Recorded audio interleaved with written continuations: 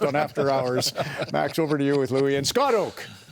Ron, thank you. We should point out that we were hoping to have Stan Bowman with us tonight, but the Oilers general manager's come down with a case of food poisoning and wasn't at the building tonight. Max Jones, like most NHL players, dreamed of being on this program when you were growing up, and it took Stan Bowman getting food poisoning for you to get your opportunity. I'm kidding. A opportunity comes in funny ways. That's right. You would have been on the show sooner or later in any case. So you played your second game as an Oiler tonight as the whirlwind continues since the trade from Boston on Wednesday. Before we get to tonight's game, I want to start with your reaction when you got your first look at the Oiler dressing room when you arrived at Rogers Place on Thursday.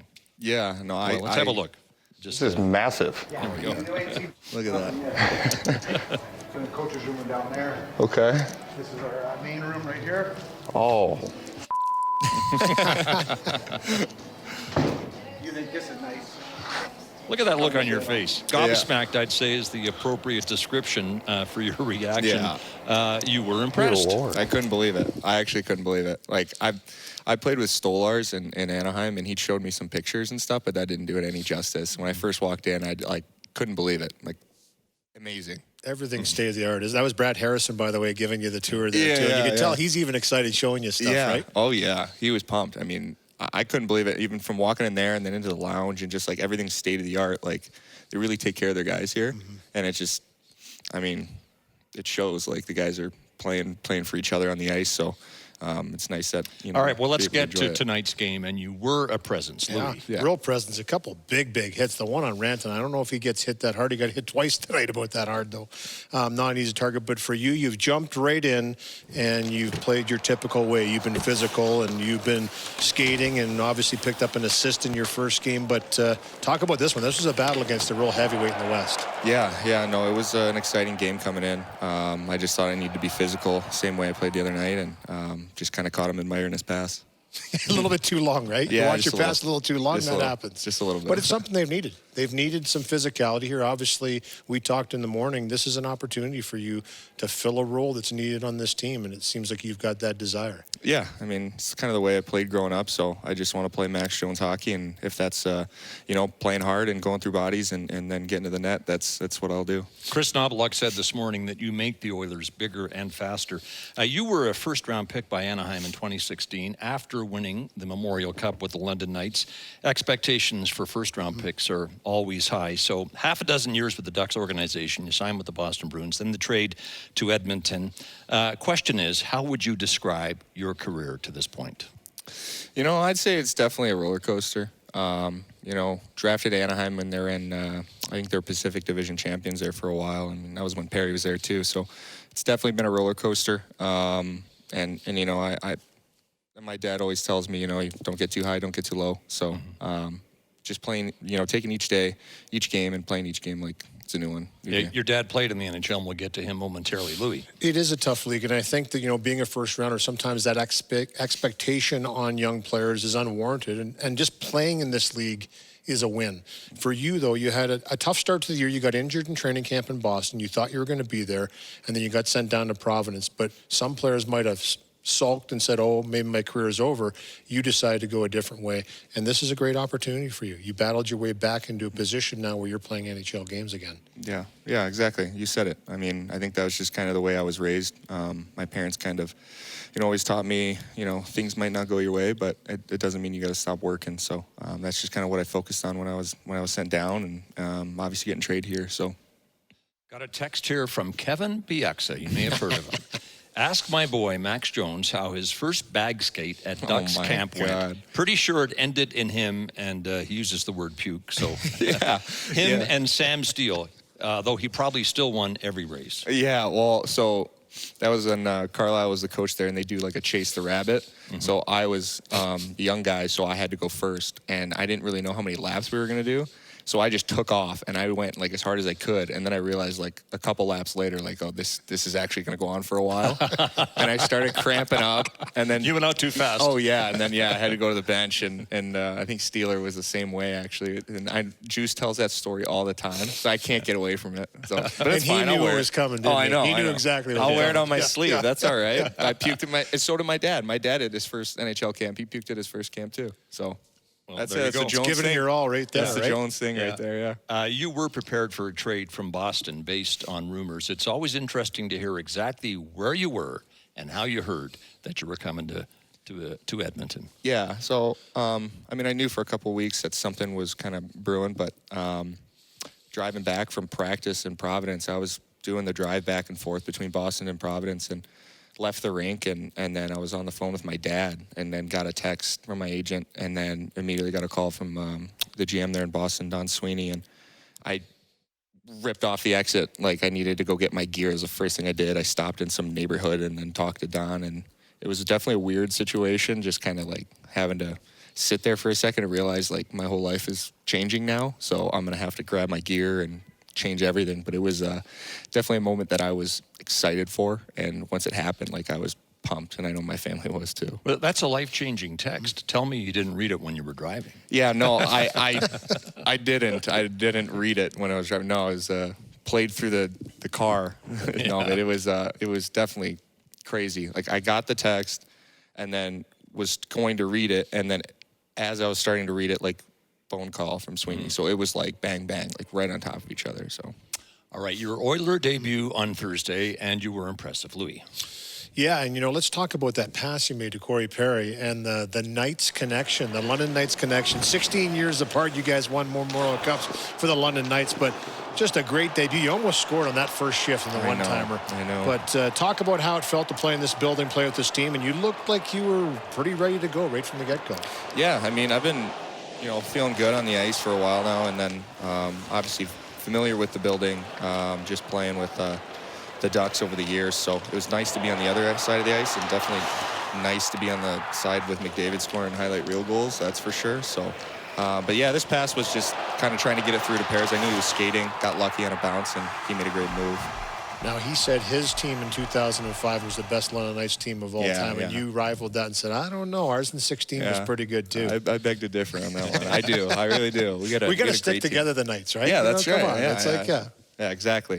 But he had a good team, but I think we just in strictly like playoffs, like I think we won 17 games in a row. We only lost in the first round, and then we went like second, third, fourth, and Mem Cup, swept everything, and that was awesome. We'll get to that in a sec. Saucer pass to Perry, though. I want to get back to that because it raises 2 points, both of which you brought up. First of all, you had said you weren't sure that fourth line should be pulling off a cross-ice pass like that while exiting the zone. And the second was it was Perry you passed to, but you said you couldn't be sure it was him because you never saw him skate that fast when you played with him in Anaheim. You want to elaborate on those 2 points? Yeah, that's right. I mean, I definitely would have been on the other side of that if that puck got turned over, and but it didn't, thankfully. But yeah, I went up to Pears after, and I was like, I don't think I've ever seen you skate that fast. And he was just like, oh, I'm playing forever. And then I was like laughing. I'm like, man, you're a mess. And he still got the hands. He does. Right? Yeah, he does. I couldn't believe he got it up so tight. But he's 2 weeks away from 40. Should he be skating that fast at that age? That's what he said to me, actually. He said 2 weeks from 40. That's what he said after I said that to him. Yeah,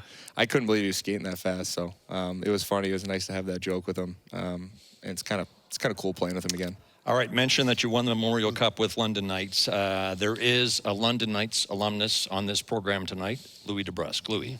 Yeah, you know what? It was a journey for you guys, but you guys did have just an absolute tremendous team. And like you said, you walked through the playoffs to win the OHL championship. And this is in Red Deer against my kid, by the way. Yeah, that's right. But you guys weren't looking back. Once you got there, you could tell you were the dominant team, and that was a beautiful goal you scored right there. But just talk about how special that was winning with these guys. Yeah, I mean, it was amazing. Like, all of us are still in touch. I met my wife in London. Some of my best friends are from London. My billet family, I'm still in touch with them. It was just a crazy time and an amazing time for me. There's the billet family. Those are the billet family. They came out for it, and it was amazing. Well, you can give us their names. Give them a shout Mike. out. That's Mike and Lisa Howard. They're amazing. So, but it was an honor playing for the Knights, and I know that everyone likes to talk about that, so we'll keep talking about it. Yeah, absolutely. Yeah, that's right. Hey. You played for Dale Hunter. He became just the second coach in CHL history to win 1,000 games when the Knights beat Kingston, I think, yesterday. Your memories of playing for Dale Hunter? Yeah, it was awesome. He gives you a kick in the butt when you need it, and when you're playing well, he makes sure that he knows that, or he makes sure that you know you're playing well. So great coach, love being around him, love being around the whole staff, Dilly and Steady as well. So it was definitely an honor to be underneath Dale, and it's awesome to see him celebrate 1,000.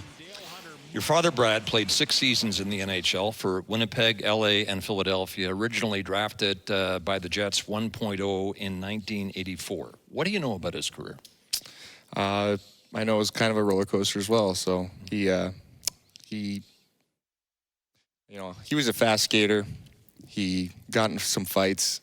Didn't really win his fights, but show up. Yeah, that's Just right. show up. That's right. So he was definitely a good player, fast skater. Found his way around the ice. I try to play like him a little bit. I don't think he hit as much as I do, but yeah, but it was fun. He's got all these videos too of his games. His parents had VCR'd all the games. Wheeling right there. He gave you some great advice when you went down to Providence this year. You said this morning that he said, "Hey, listen, this is kind of a turning point in your career." But what was the advice he gave you? Yeah, he said you can either sit down and sulk about it, or you go to work. And the way that we raised you, you're not going to sit there and cry about it. You're going to go to work.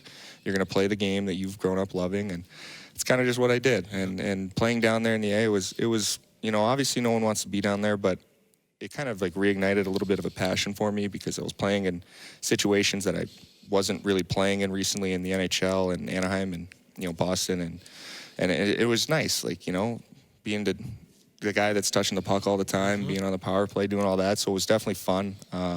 Felt like I had a reignition of the passion for the game. So that was kind of my parents doing that for me. Awesome. Your father, Brad, does not account for all your athletic genes. Tell us about your mother, Mary. Yeah, she was she was an Olympian secondary. She was like 0.5 off of making the Olympics. As a diver. Yeah, she had like a full ride scholarship to like every school in America. And she went to U of M.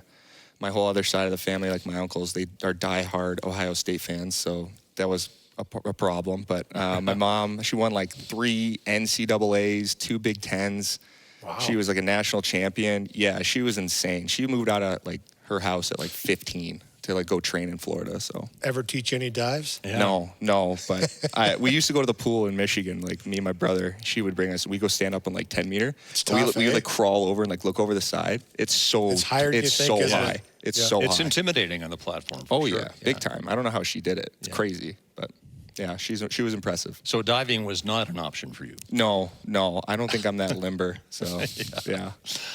Yes, as you say, she was an NCAA champion on the U.S. national team for 10 years and Olympic alternate in 1988. Inducted into the Michigan Hall of Honor in 2017. She went in the same class as Charles Woodson, who was the Heisman Trophy winner in 1997. That's pretty heady company. Yeah, it's really cool. I mean, I'm so proud to be her son. I mean, she was. They inducted her in U Michigan football game. Brought him out on the field and everything. It was definitely a special moment for me as a son to see that about your mother, and obviously not being able to see her dive and stuff, but it was definitely special. You are looking at Edmonton as a fresh start, so let's go back to the very start of your career. 17 games in, and you score your first goal, and we note the speed, the power, and the skill here. Spins off and gets it to Jones. Jones the other way. Scores! His first career. That was definitely a relief. I think there was like 10 seconds left on the clock too, but hey, they all count the same. So it was one I'll never forget. Scored it on a pretty decent goaltender, so it was definitely special. Super special to have that one. Well, 49. Your dad wore number 49, right? 47. 47. So, Yeah. Okay. And the 46 here was just a decision. Yeah, well, Ty's wearing 49, so I figured I'd just flip the 9 upside down, 46. Yep, there you go. Yeah, so that's Looking kind of why I good, chose isn't it. Yeah, Yeah. thanks. You New make the new number. start. The number doesn't make That's you. right. Yeah. That's right. we should point out that goal was the 8-2 goal against the Canadians. Yeah, the eighth one. You never want to go over the top in celebration of a 6-goal lead, but it was your first. So I know. How could you not celebrate? I know, exactly. And it was funny because like the crowd actually erupted too because they knew I was kind of chomping at the bit to get my first one. So it was pretty funny. Like it was great though.